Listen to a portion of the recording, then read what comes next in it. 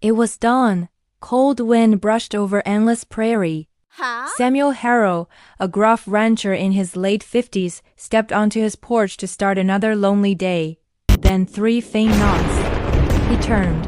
A little girl stood there, barefoot, shivering, eyes wide with fear. "Please, they beat my mama. She's dying." Samuel froze. His coffee slipped from his hand and shattered. He'd spent years in silence since losing his wife. He avoided people, avoided pain. But something in that child's eyes cut through every wall he'd built. He knelt. "Where is she, kiddo?" The girl's voice trembled. "In the woods. By the old shack." Samuel wrapped her in his coat, lifted her into his truck, and sped toward the forest. The dirt road narrowed. Frost covered the trees. Clara guided him, pointing with shaking hands. "There," she whispered. A woman lay on the floor, bruised, barely conscious, her face swollen, her body trembling. When she saw Clara, she tried to smile. "My baby." Samuel crouched. "You're safe now, ma'am. I'll get you help." He lifted her gently and carried her back through the cold woods. Behind him, Clara followed in silence, clutching her doll. He laid the woman, Marin, on his bed, boiled water, cleaned her wounds, fed Clara soup. Days blurred. Marin healed slowly, waking at night in pain. Each time, Samuel was there with calm hands and quiet strength. For the first time in years, he wasn't alone. Weeks passed. Marin regained her voice.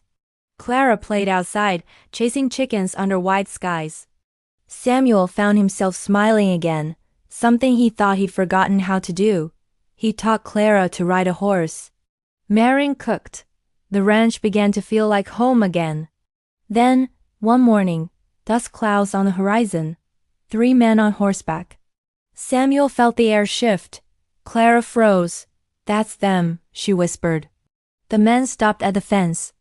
The leader called out, "Old man, send out the woman and the kid."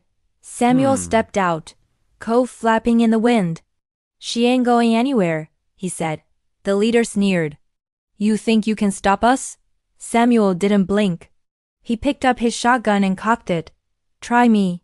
Silence. The men stared, then turned their horses and left. Clara ran to Samuel.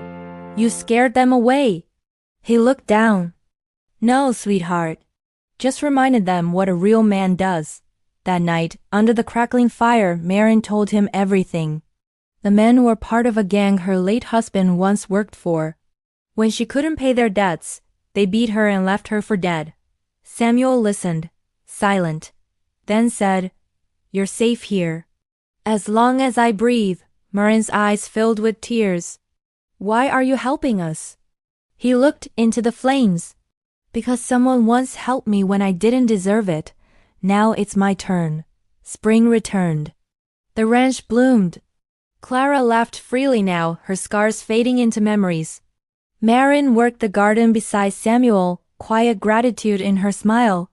And Samuel, the loner who shut his heart to the world, found his reason to live again. Sometimes, saving someone else saves you too. Months later, the 3 of them stood watching the sunset. Clara held Samuel's hand. Marin's voice was soft behind him. "You gave us life again, Samuel." He smiled faintly. "You gave me mine back." That morning, when a frightened girl knocked on a stranger's door, she didn't just find help, she found home.